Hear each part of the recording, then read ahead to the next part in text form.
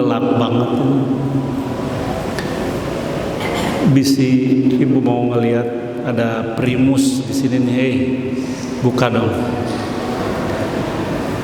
Assalamualaikum warahmatullahi wabarakatuh.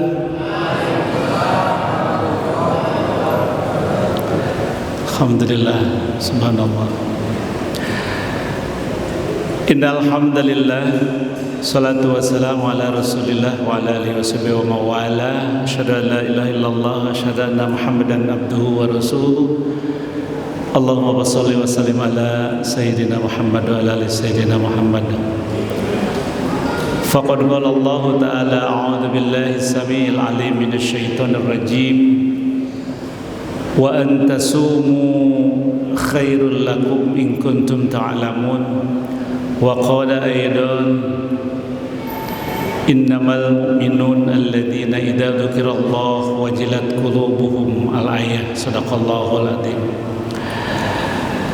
Yang saya hormati Ketua Masjid beserta jajarannya, Ketua Yayasan dan jajarannya, Bapak RW, Bapak RT juga beserta perangkatnya, terutama para kiai, para ustadz, habaib, guru-guru, ibu ustadz, ustazah, dan jamaah sholat tarawih yang berbahagia.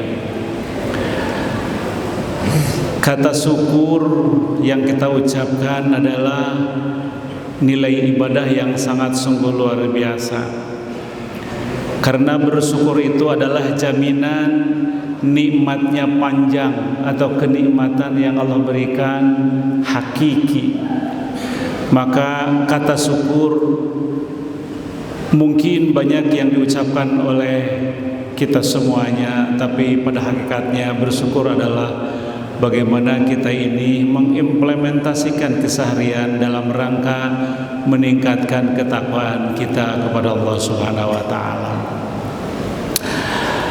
Pada kesempatan yang baik ini saya akan mencoba mengingatkan kembali kepada kita semuanya bahwa doa itu adalah, kalau kita lihat, bukan hanya kata-kata atau ucapan atau buaian kata yang indah, tapi doa adalah permohonan yang paling dalam kepada Allah Subhanahu wa taala, sehingga harapan yang diambil dari permohonan itu terkabul.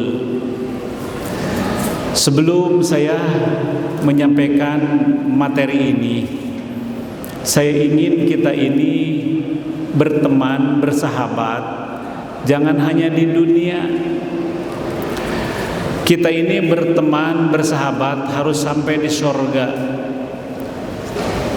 Memang Pak Ustadz bakal masuk surga. Semua umat Islam itu masuk surga. Amin gitu, amin. Nyebut amin aja berat sekali. Bagaimana mau masuk surga? Ngedoanya juga enggak mau. Yakin kita semuanya dengan izin Allah pasti bakal masuk surga semuanya. Hanya yang masuk surga itu ada yang langsung, ada yang mendek dulu. Nabi Muhammad SAW di surga sendirian itu dia nggak betah. Kalau belum melihat umatnya, maka keluar dari surga. Umatnya menunggu di mahsyar. Bayangin gak? Akhirnya Nabi melihat di mahsyar umat manusia, mana ini umatku? Mana umatku? Kurang lebih 70.000 orang masuk surga tanpa dihisab. Nabi sujud di hadapan Allah. Allah bertanya, Muhammad, apa yang kau inginkan? Ya Allah, umatku banyak sekali. 70.000 itu sedikit sekali yang masuk surga tanpa dihisab. Allah izinkan dari 70.000 yang masuk, setiap satu orang boleh mengambil 70.000 lagi. Bayangin gak? Kalau 70.000 kali 70.000 berarti 4,9 miliar, hampir 5 miliar masuk surga tanpa dihisab. Saya mau nanya, Di Al-Hijrah ini, komplek Hijrah Al-Hijrah ini, kira-kira orangnya ada enggak 3.000? Ada 3.000 semuanya? Lebih ya, kalau sampai hari kiamat. Kalau yang sekarang mah mungkin paling 3.000, 4.000 lah. Tapi kan terus menerus, gantian wafat, lahir lagi cucunya, lahir cicitnya, kita sudah nggak ada. Sampai hari kiamat kira-kira, saya pesan nih sebelum ke materi, kalau ada satu orang saja yang kumpul di sini, satu orang, baik ibu maupun bapak, lihat kiri kanan tempat sholat. Kalau di surga nanti tidak kelihatan bapak atau ibu, minta kepada Allah supaya saudara saya waktu di dunia di Masjid Al-Hijrah sering sholat berjamaah. Kata Allah, cari di sana itu cuma ada 2 tempat. Kalau nggak di surga, ya di mana lagi? Cuma di situ aja. Jadi banyak sekali penduduk surga setelah dari neraka tuh, masuk sih ke surga.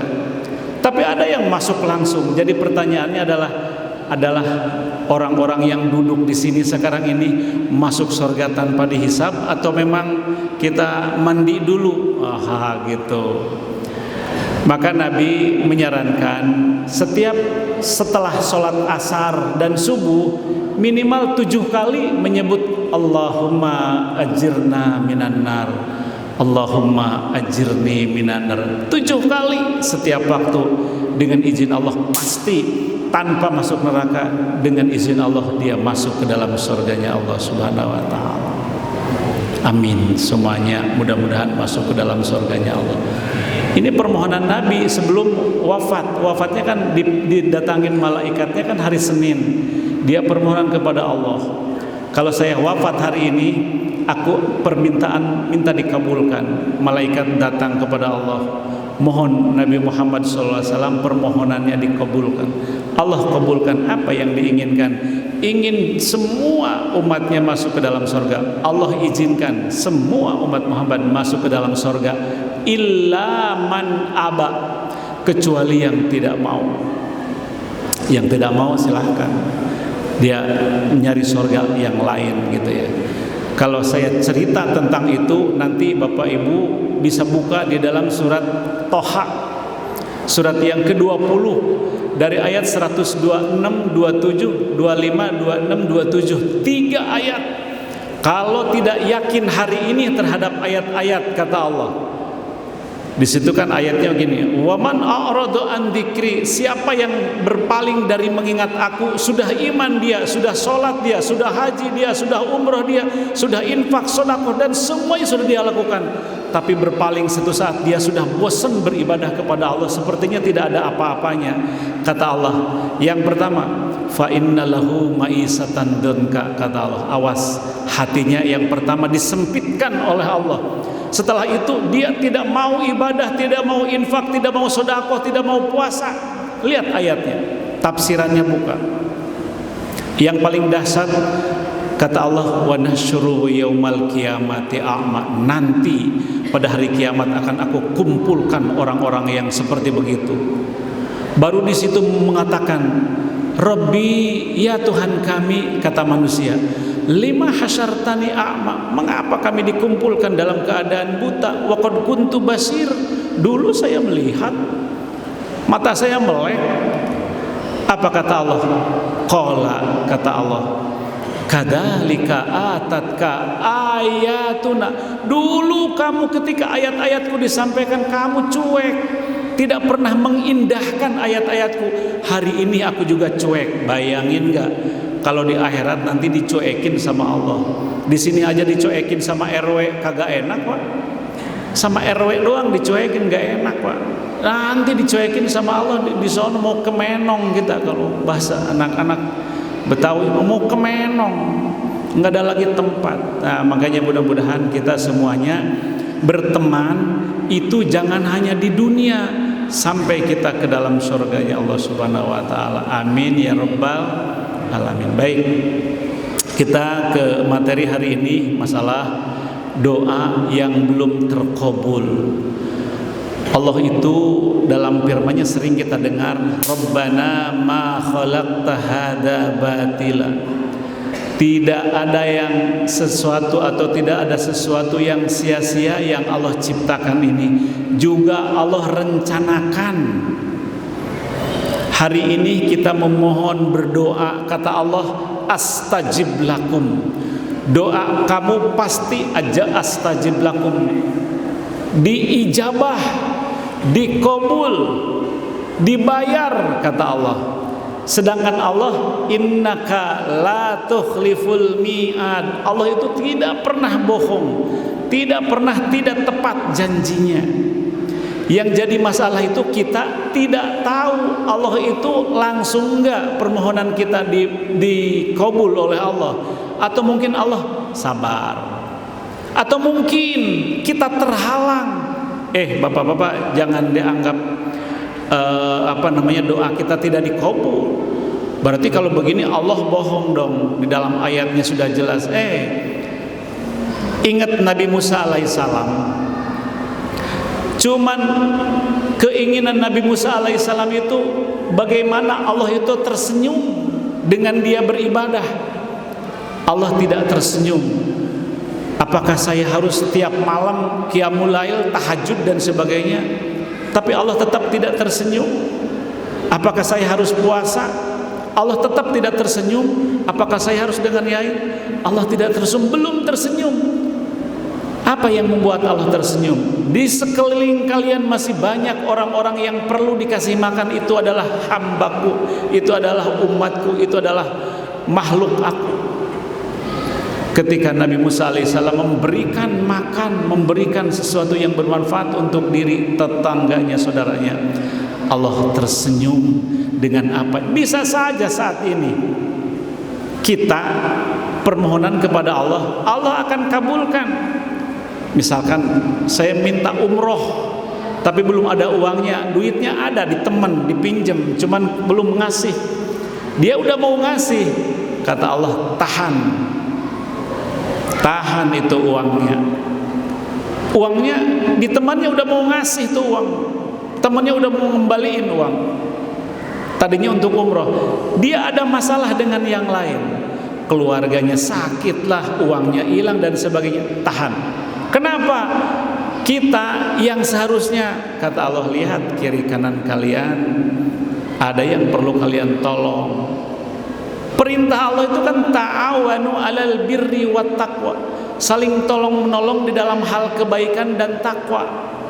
Maka kalau kita sering ayat Al-Qur'an yang surat 2 yang sering kita dengar, yang bunyinya bismillahirrahmanirrahim, ya ayyuhalladzina amanu kutiba alaikumusiyam. Ya, di situ adalah harfun nida. Harfun nida itu pasti kalau fiilnya fiil amar. Fiil amar itu ada 6, fiil madhi ada 14, fiil mudhari juga 14, fiil amar itu ada 6. Makanya wajan fa'ala itu kalau dilihat dari ayat yang menunjukkan kepada huwa itu adalah dia. Yang dimaksud dia itu siapa? Allah. Maka ayat itu mengatakan ya di situ adalah ya menunjukkan bahwa Allah memberitahu, hei, kata Allah, hei, gitu kalau bahasa kita. Kalau di sekolah, di kampus, hei, besok libur. Kalau libur, orang pasti tidak akan datang ke kampus, ke kantor, ke sekolah, karena udah kasih tahu libur. Yang jadi masalah, kenapa libur dia datang?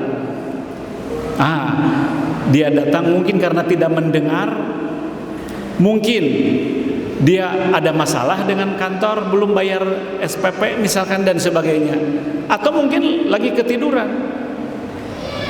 Maka ayat itu mengatakan ya ayyuhalladzina amanu, itu harfun nida. Allah memanggil untuk apa? Kata Allah kutiba. Kutiba itu bimakna furido, Apa itu furdu? Fardu. Kutiba itu fardu, kita melaksanakan. Saum, kata Allah. Untuk apa kita melaksanakan saum? Kata Allah, la'allakum tattaqun, di ujung ayat. La'alla itu bimakna taroji. Taroji itu dari kata roja. Roja itu adalah harapan. Mudah-mudahan semoga tattaqun. Semoga kita ini jadi orang yang takwa. Bagaimana dengan doa belum dikabul hari ini? Kita menginginkan misalkan ketua RW ini Bapak Anu, orangnya energik, sering menolong, baik, agamis, pokoknya tidak ada sedikit pun cacat. Allah lain, kata Allah, kamu sabar enggak kalau saya tahan dulu sebentar ya, saya tahan. Jangan dia, sebenarnya dia baik, tapi tenang, sebentar dulu. Nanti Bapak RT yang sebelah sono tuh, misalkan yang RT di sono jadi naik jadi RW di sini, nggak apa-apa. Cuman yang jadi masalahnya itu keinginan semuanya sama-sama berdoa, bukan siapa yang dikabul, grup ini apa grup, bukan. Yang intinya doa itu kalau kita ini adalah tambahan. Doa dari kita ini tambahan. Kalau kata Profesor Quraisy Shihab itu begini, doa itu ibarat holo. Kita ngomong terhalang oleh kaca, tidak terdengar. Hologen itu kan hanya terlihat saja. Kata Profesor Quraisy Shihab begini, kalau orang mati meninggal dunia masuk ke alam kubur, siapa yang ngikutin, siapa yang menyolatkan, siapa yang mendoakan, saya dengar, saya tahu, saya lihat.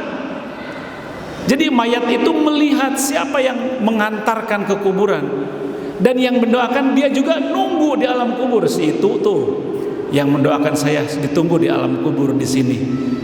Siapa yang berdoa semua saya tahu. Itu mayat melihat.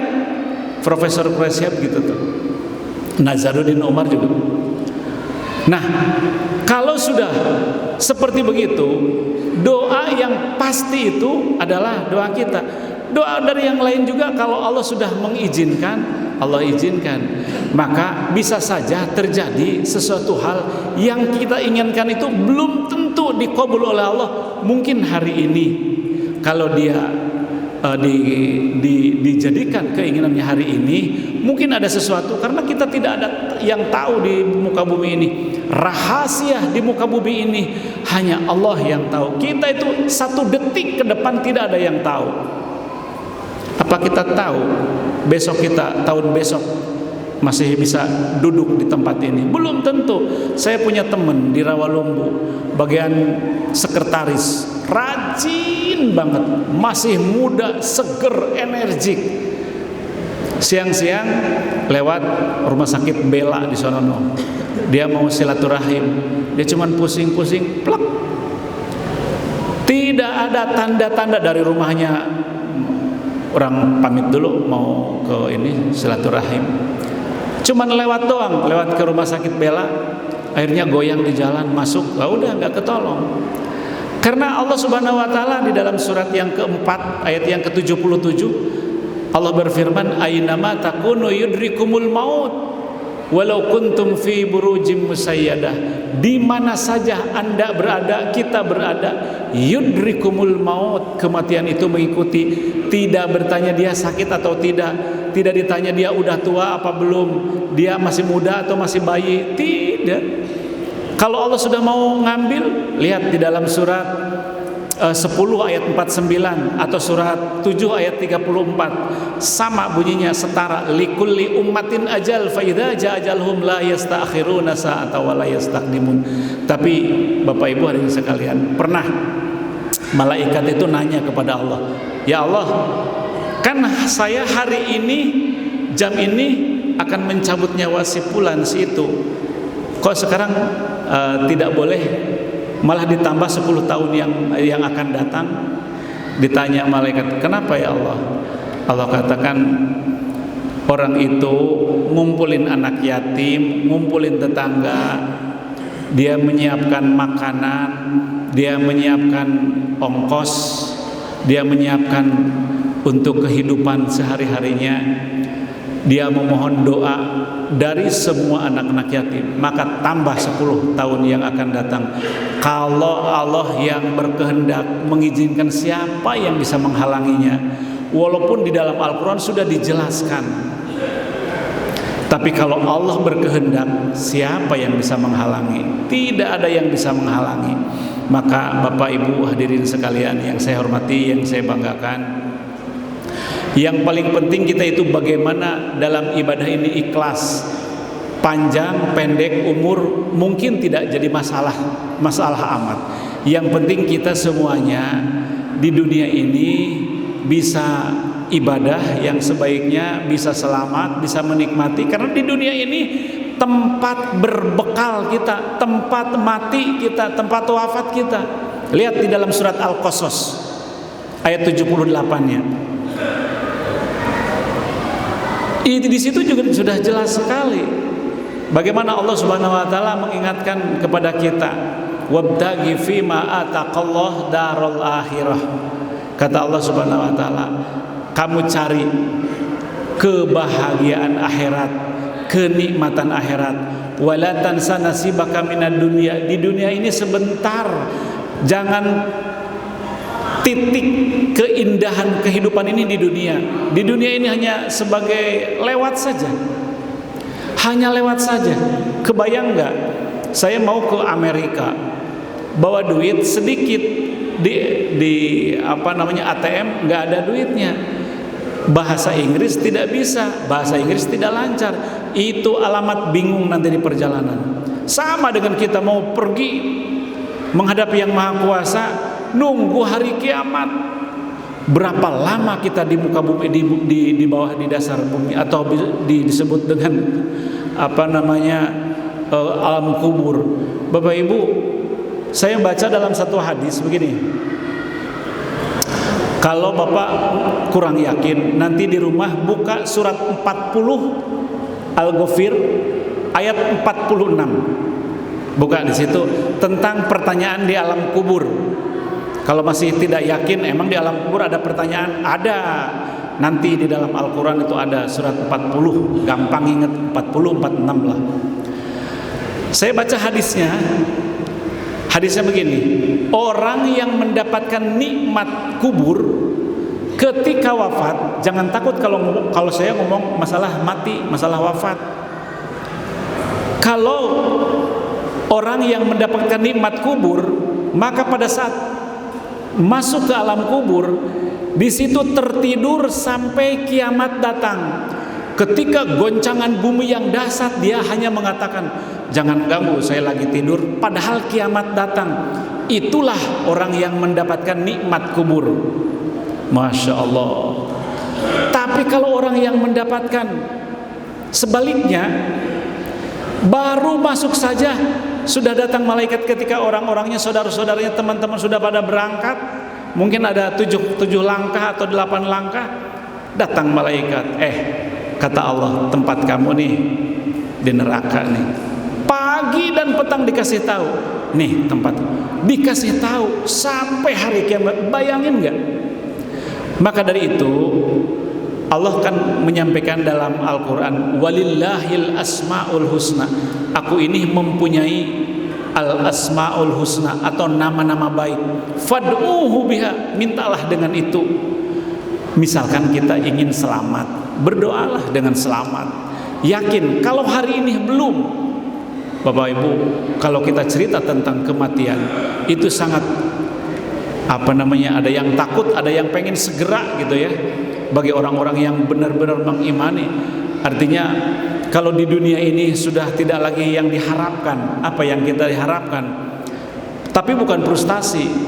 Di dalam keterangannya, kalau memang sudah tidak ada harapan di muka bumi ini, badan sudah letoy, sudah tidak bisa, artinya hanya orang-orang saja yang bisa membantu kita. minta memohon yang terbaik kepada Allah Subhanahu wa taala, maka Allah akan memberikan jalan yang terbaik untuk kita semuanya. Maka dari itu kami mohon kepada kita semuanya. Saya tahu ada yang batuk-batuk, mungkin ini masih udah lama Pak, kelamaan ceramahnya. Saya lupa tadi, dikirain 10 menit, nggak taunya 20 menit, nggak jadi masalah. Bagi saya mohon maaf, barangkali yang saya sampaikan ini pengennya saya lama saya ceramah, tapi dibatasi karena kita mau melaksanakan taraweh. Saya satu lagi mengingatkan kepada bapak-bapak supaya ikhlas taraweh kita. Ada keterangan, ada kata khamsina alfasanatin, 50.000 tahun. Kita di arah mahsyar itu 50.000 tahun. Apa kata dalam keterangan? Bila kamu tidak mau ingin lama di mahsyar, maka ketika sholat dilamakan oleh imam, jangan mengatakan lama atau capek. Ikhlaskan apa yang dilakukan oleh imam. Kalau imamnya misalkan selembar dia baca, kita enjoy saja. Kalau di sini lama, makanya lama-lamalah berdiri supaya tidak lama di arah mahsyar nanti. Kalau di arah mahsyar lama, betapa tidak enaknya, walaupun kita belum pernah merasakan ke sana. Tapi ini sudah diberitahu, digambarkan dalam keterangan. Mudah-mudahan kita semuanya dimasukkan nanti ke dalam surganya Allah Subhanahu wa taala, tidak lama-lama di arah mahsyar dan tanpa dihisab. Kita semuanya masuk. Tapi ingat, nanti Pak Cahyo paling dulu misalkan masuk surga, Pak Cahyo yang paling dulu. Ingat kiri kanan Pak Cahyo, oh iya teman saya, tarik lagi itu semuanya. Jadi penduduk Al-Hijrah masuk semuanya ke dalam surganya Allah Subhanahu wa taala. Amin ya rabbal alamin. Mohon maaf, itu saja yang kami sampaikan. Billahi fi sabilil haq wa lakum minkum. Assalamualaikum warahmatullahi wabarakatuh.